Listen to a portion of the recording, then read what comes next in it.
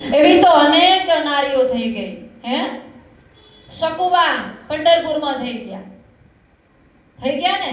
આપણે બધા ગાઈએ છીએ પણ ગાઈએ છે ગાયા ભજન ગાય ભવ ડળ્યા પૂર્યા મનના કોડ। ભજન તો ગાઈશું પણ ભજન ગાયા પછી એના સારને નહીં સમજીએ તો ભજન આપણો બેકાર છે હે।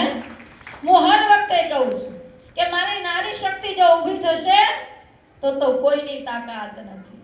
આ દુનિયા આપણા ભારત દેશને પાછળ પાડવાની કોઈની તાકાત નથી, કારણ કે આપણો આ ભારત દેશ સનાતનથી ઉજળો છે। આપણો દેશ સનાતન ધર્મથી ઉજળો છે। સ્વામી વિવેકાનંદ જ્યારે રેલગાડીમાં બેઠેલા અને અંગ્રેજ એના સામે બેઠેલો અને અંગ્રેજે શું કહ્યું કે આ તારા ગ્રંથો છે ને આને ફેંકી દે, આ કઈ કામના નથી। ત્યારે વિવેકાનંદે કહ્યું કે આ મારા ગ્રંથો છે ને આ મારો સનાતન ધર્મને ઉજળો કરે એના માટે મારા શાસ્ત્રો મારી પાસે રાખું છું, તો કે આને ફેંકી દે। 4 વાર કીધું ત્યારે સ્વામી વિવેકાનંદને વિચાર આવે છે કે આને મારા શાસ્ત્રો તો ફેંકી જ દેવાનો છે, કારણ કે અઠે ભરાયેલો છે કે ક્યાં કહે છે કે જે જીદે ભરાય ને એ કર્યાવાના રહેતો નથી। એટલે સ્વામી વિવેકાનંદને ખબર હતી કે મારી સામે અંગ્રેજ બેઠેલો છે, એટલે જ્યારે સૂતો હતો અંગ્રેજ, જ્યારે સામે સૂઈ ગયો હતો ત્યારે એમણે એમનું કામ કરી લીધું હતું। એ સૂતો હતો એમણે એમનું કામ કરી લીધું અને આ ગ્રંથો એને ફેંકી દીધા, ચાલુ ગાડીમાં ફેંકી દીધા। ત્યારે સ્વામી વિવેકાનંદ કહે છે કે તે મારા શાસ્ત્રો, મારા ગ્રંથો, મારો સનાતન ધર્મ ઉજળો કરવાના જે તે ફેંકી દીધું છે, પણ યાદ રાખજે એમાં તારી પણ કંઈક વસ્તુ હતી। ત્યારે એને ખબર પડી કે એવી તો મારી શું વસ્તુ હતી।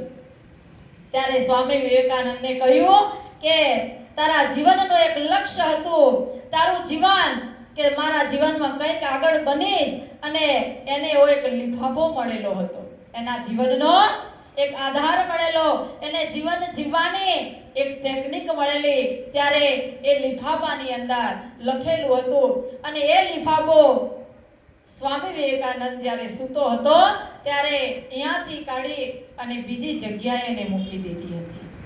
આ આપણા સ્વામી વિવેકાનંદ હતા। જ્યારે એને કહ્યું કે તે મારા ગ્રંથો ફેંકી દીધા પણ તે તારા જીવનની પૂંજી તે ફેંકી દીધી છે, ત્યારે એને ખબર પડી કે તારી અંદર જે લેટર હતો એ લેટર મારા ગ્રંથોની અંદર મૂકેલો હતો।